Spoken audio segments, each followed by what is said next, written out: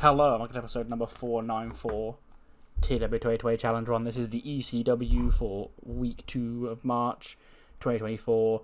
It's the Living Dangerously pay-per-view event. Not pay-per-view event, even television special.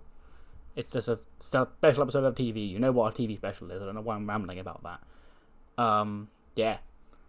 Roman Reigns defends the ECW Championship in the main event against Jimmy Uso, as well as the tag team match, Yoko Uehara and Julia against Florence and Blair Davenport. We also have Hikaru Shida taking on Shotzi. We also have open challenge for the TV title. And what is the other match on this show? Oh, the 6-man tag, yes. The Paragons, Adam Cole and the Fritz brothers against Dolph Ziggler and Joman. Without any more further ado, let's come straight into the show. Oh! Well, okay then. A 91 rated tag team match to open up the show. Julia and Yoko Uehara, the former members of Dominion, if you can remember that far back. That's like 3 years old. Like, not only in game but also IRL. Like, holy shit, this doesn't even feel like the same save. But yes, they have a lot of history together from Stardom and also in Challenge Run. So yeah, them against Florence and Blair Davenport. And yeah, it is Julia and Yoko who pick up the win. Julia pins Blair with the diving crossbody, apparently. 77 for Blair Davenport, 85 for Florence, 77 for Yoko, and 86 for Julia. I was checking the stats, because I thought so, and, yeah, it's right. I was originally going to have Florence and Blair potentially win this. I was sort of tossing up who I wanted to win. But, apparently Julia has never lost a match of any kind since she won the ECW Women's title. The last match she lost was on the Go Home show, in a tag match against Cheetah and Liv with Ruby Riott, apparently. So, yeah, I'm going to keep that going, until at least WrestleMania, if he drops the title there. But yes, Julia pins Blair Davenport to win the match here for the, I guess, quote-unquote, Dominion. There's no Asuka around, so, it's not the full Dominion. But, yeah. Anyway, after the match, Julia and Yoko leave, or go to leave, halfway up the ramp. But Florence grabs the mic and she's like, "Hey, Julia, turn your ass around and get back in here." Go, "This isn't between Yoko and Blair, okay? They're merely, trying to do their own thing and they've been suckered into this. It's got nothing to do with them. It's got nothing to do with any issues that they may have together, or issues you've got with Blair because she's friends with me, or issues I've got with Yoko because she's friends with you. This is between me and you. You can leave them in the back. Okay, because at WrestleMania, you're not going to have Yoko by your side. I'm not going to have Blair by my side. This is going to be the two women singled out 2 years ago. This goes back 2 years when we were both looked at as the rising stars of this division. Who'd have thought we'd end up here on a brand that didn't even exist, that's allowed us to find our feet and truly break out. And at WrestleMania, there's only going to be one ECW Women's Champion, and Julia, you are the only ever one so far. You have put that championship on the map to the level of the WWE Women's Championship and the Women's World Championship. But at WrestleMania, it's time for a change, and I am that change.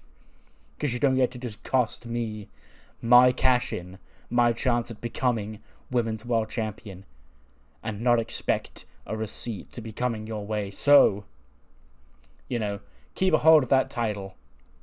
You got 3 more weeks with it, and then it's coming home to me.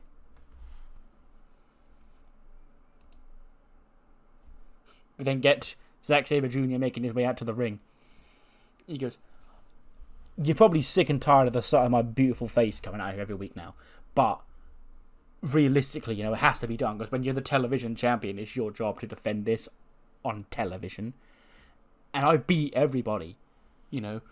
Cesaro, beat him. Dudley Dickhead, beat him. Wes Lee, beat him. Buddy Bloody Murphy, beat him. Everybody that's come out here thinking they can take me on has fallen, and I continue to reign as television championships. That's why when Mr. Heyman comes to me, he's, "Oi, Zach, we really need, another banger match for this Living Dangerously special. Do you think you can defend that title?" I say, I don't care who it's against. Whoever back there thinks they've got what it takes to defeat me for this right now, come on out.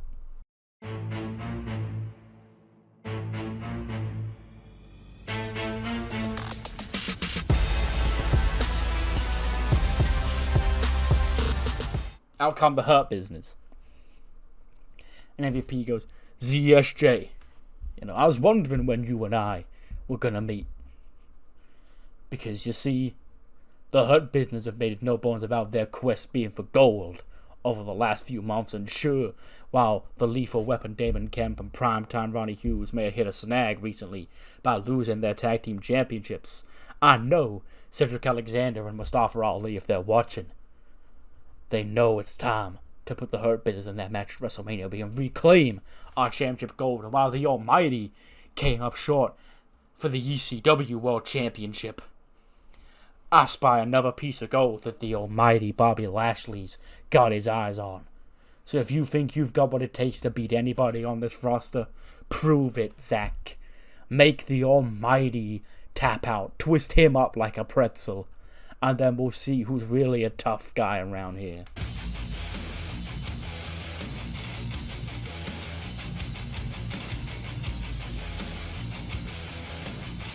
Damian Priest and the grand jury then interrupt that. They go, "MVP, you're coming out here again every single week. We're all sick of the sound of your voice. We get it. The Hurt Business want gold. The Hurt Business want dominance. Well, who cares? The Hurt Business have been a failure, MVP. You are a failure.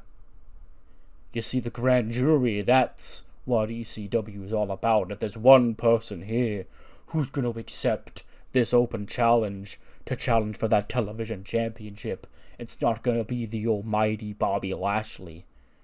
It's going to be me." He goes, "Man, shut your dumb ass up. We are out here first, okay? This is our title opportunity because we answered the call. You can twat your goth ass back to the locker room and go sit there and watch the almighty make history." And then he goes, whoa, hold on, P. Priest makes a good point. And as the champion, I've got two challengers in front of me. I think it's up to me to choose my challenger. So let's see. Eeny, meeny, miny, Priest. Means you right now. And of course that pisses off Bobby Lashley. Because, Damian Priest has just stolen his spot here tonight. And match gets an 88.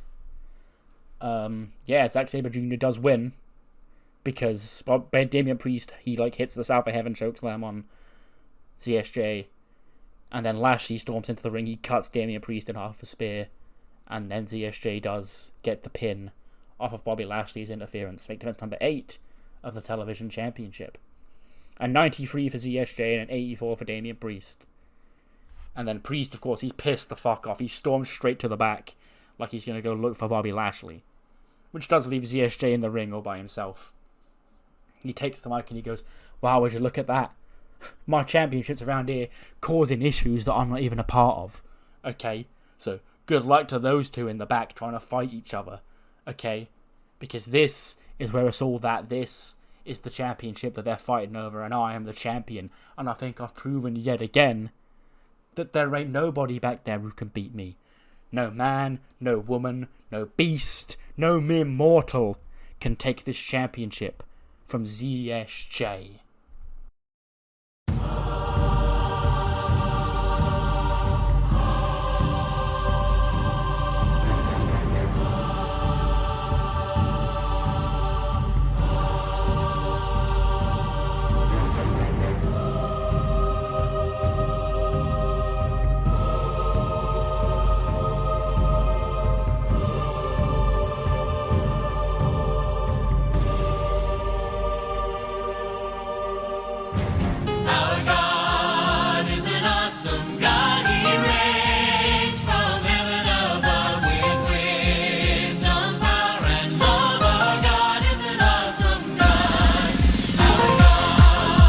That's when white smoke rises up from the from the ramp. And out onto the stage struts the god, Kyle O'Reilly. He swaggers his way down to the ring. He just gets into the ring and he gets in the face of ZSJ. He just looks up at WrestleMania sign. He gives the pointer the WrestleMania sign. And he goes, no, absolutely not. You don't get to just walk around here wearing your new white coat like some sort of dickhead and thinking you're going to get a first shot on my championship, okay? So twaddle onto the back. Kyle O'Reilly does, put him in an armbar. He puts ZSJ in an armbar. And he actually, it's not a match. We see him twist the armbar and ZSJ taps. And then Kyle lets go and ZSJ grabs the belt and scurries up the ramp. But yes, the god has made his intentions clear. No mere mortal can take that championship from him. But what about a god? We then cut back. Bobby Lashley and the Hurt Business are there, happy with their day's work. When we just hear Damian Priest roar from off screen. And then Lashley turns around and Priest just charges through like a wall backstage. And him and Lashley just go crashing through the wall. And then he continues to fight on him and continue to rain punches down on him. Damon Kemp and Ronnie Hughes are trying to pull him apart. And then he's screaming, going, you want to cost me my opportunity, huh? You want to cost me my opportunity? MVP goes, hey, you cost the almighty Bobby Lashley his spot. As far as I'm concerned, it was an eye for an eye, and this is over. And he just laughs and goes, you wish this was over, won't you, MVP? Well, it's far from it. It's far from over. And he storms off. And then he looks down at Bobby Lashley. He has been just tackled through a wall by Damian Priest. 89. Holy shit. Every match on this show is banging. But, tragically, in 40 minutes and 12, it is the Paragon who pick up the win over Dolph Ziggler and Joman. Because Adam Cole pins Joe Hendry with the last shot. Boo. 76 for Dolph, 74 for Braun, 68 for Hendry, 73 for 73 for David Fritz, 75 for Kevin Fritz, and a 93 for Adam Cole, baby. But yeah, maybe, he's looking at Dolph Ziggler after the match. And he's waving at him sarcastically. Maybe Dolph did mess up. Maybe Dolph should have joined the Paragon, but it seems it's too late now. But the Paragon did pick up a win here tonight. Bobby Roode and JC Jane probably out there as well, but yeah. Big win for the Paragon. Then get a quick video package. I believe last week I said they'd be here, but I don't have time on this show for the segment, so they'll be here next week, and they're just going to send in a video package this week. It's the Dudley Boys. Barbara Ray, Devon, watching. And they go, last week, we saw the so-called Extreme God, the so-called King of Extreme, the King of ECW, Matt Cardona, and his little right-hand man, defeat Devon's sons on TV. So, Devon, I guess we're going to Philly. And Devon goes, you're going to beat my sons, you're going to beat the next generation of the Dudley Boys, you think you're the kings of ECW, the greatest tag team in ECW history? Well, we disagree with that. And in Philadelphia, you two against the Dudley Boys. Extreme Rules. So yeah, there's the gauntlet laid down. The Dudleys will face Matt Cardona and Kurt Hawkins at WrestleMania in Philly in an Extreme Rules match. So there's your ECW portion of the night filled in. I wanted to make sure I got one because it's Philly. Other than Heyman going in the Hall of Fame, I like a big ECW match, especially with the ECW brand being back. And the build to this being, he's beating all the ECW originals. This was fun. This is the fun little WrestleMania match I've got here. I like it. It's something different for the card. I could easily have just gone, I'm going to put the 30 best matches that will get the highest ratings on. But no, you need a bit of everything. And a Dudley's Extreme Rules match where they can plunder about, can mask that they're washed. Yeah, EC dub. We then get a quick backstage video, or not backstage video, backstage segment of Lyra Valkyria and Killer Kelly. She goes, I don't know what came over me last week. She goes, it's just Cora, it was losing at the Chamber. That was like the toughest moment of my career so far, Kelly. And, for her to use that and use that as fuel against me, I snapped. I'm sorry. And Kelly just stands there smiling, looking at her. And she goes, what? She goes, this. You're apologizing for what you did last week. That's the first problem, Lyra. Is what you did last week. You shouldn't need to apologize for that.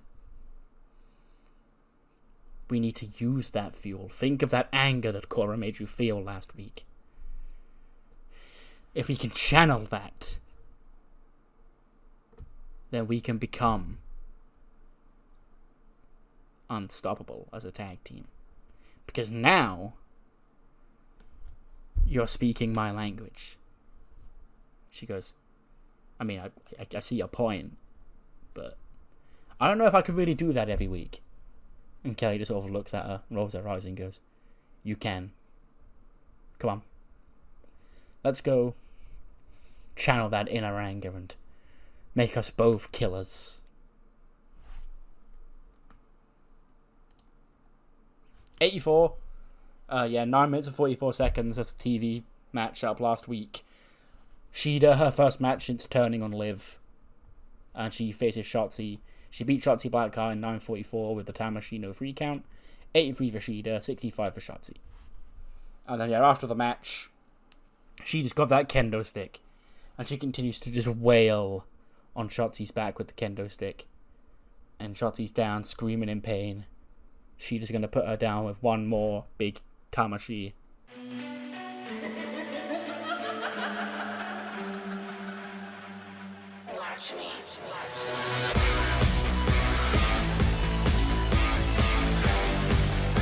When Liv Morgan rushes out with a kendo stick of her own. And she gets into the ring. And, we sort of, see Liv stood on one side, ready to swing her kendo stick. Shida on the other, looking to swing hers. And they both swing at the same time. They clash. And then probably both break in half. And then they just end up just fighting. Brawling. Liv just jumps on Shida, starts raining punches down. They're, trying to pull her hair and, rip it out or something. Because Liv's crazy like that, And then she does scurry away through the crowd. Liv's up on the top rope. She's looking at Shida. She's screaming at Shida. And she's pointing up to WrestleMania, baby. So, it seems we've got another match set for WrestleMania. Liv Morgan and Hikaru Shida one-on-one. That's WrestleMania, though. Next week here on ECW, we've got some big WrestleMania-ish developments. First and foremost, we've got the new number one contender for the television championship, the God, Kyle O'Reilly. He's taking on Rip Fowler of Techers in singles act after he'd gone face-to-face with ZSJ earlier on tonight. Plus, as we heard earlier on tonight, Bubba Ray and Diva will be here in person to address their upcoming WrestleMania match and return to Philly at WrestleMania against Matt Cardona and Kurt Hawkins. And also, speaking of ECW tag teams and WrestleMania, Mustafa Ali and Cedric Alexander, the ECW Tag Team Champions, will address their WrestleMania future. After weeks of sort of scouting the tag division, it's time to see what's happening at WrestleMania for those championships. Speaking of WrestleMania, we did get those few matches announced here tonight, the first being for the television championship. It will be ZSJ. He's beaten everybody he's put on his path, but what he posed at WrestleMania is no mere man. It is a god. It is Kyle O'Reilly for the television championship in Philadelphia. Plus, at that aforementioned ECW tag team match, Extreme Rules, as the Dudley Boys put the glasses on one more time, possibly for the last time, against Matt Cardona and Kurt Hawkins. And then the grudge match of former partners turned better rivals, Liv Morgan and Hikaru Shida, one-on-one at WrestleMania. Yeah, 80 rating, but I didn't expect this to do well because of the finish. Roman and Jimmy. It does sort of also make kind of an awkward dynamic because we don't like either of these men.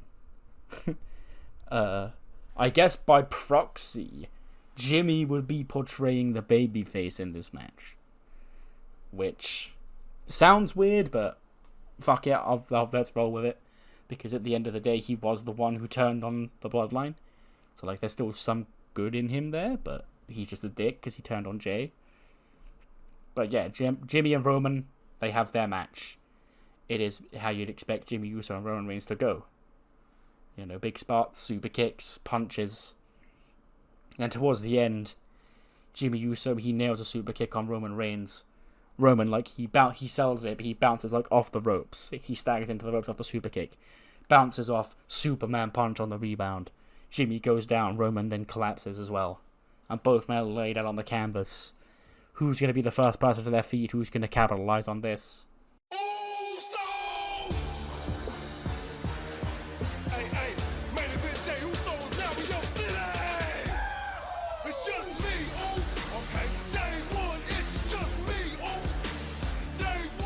Out storms Jay. The first time we've seen him since the Elimination Chamber. Jay storms out to the ring. He gets into the ring. Jimmy's to his feet at this point. He super kicks Jimmy. And then he super kicks Roman Reigns as well. He goes for a big splash. He hits a big splash on both men. And that's how the match ends. Descends into chaos because Jey Uso got involved. He's back. 100 raid ending to the show. Jey Uso up on the corner. He's waving his arms up and down. The crowd's vibing with him. And that's how ECW's Living Dangerously TV special goes off the air. With the return of main event Jey Uso. 88 rated show, you know, kind of underwhelming considering all these match ratings, but like, yeah, I guess the main event was sort of an angle, so doesn't really take that into account. Anyway, what matters more is what you thought of the show, so leave in the comments below, and I'll see you next time for a can't miss episode of SmackDown. Let's just say that. Let's just say it's can't miss. Something big may or may not go down on SmackDown. Yeah, it's March 15th. Beware the Eyes of March, etc. See you then.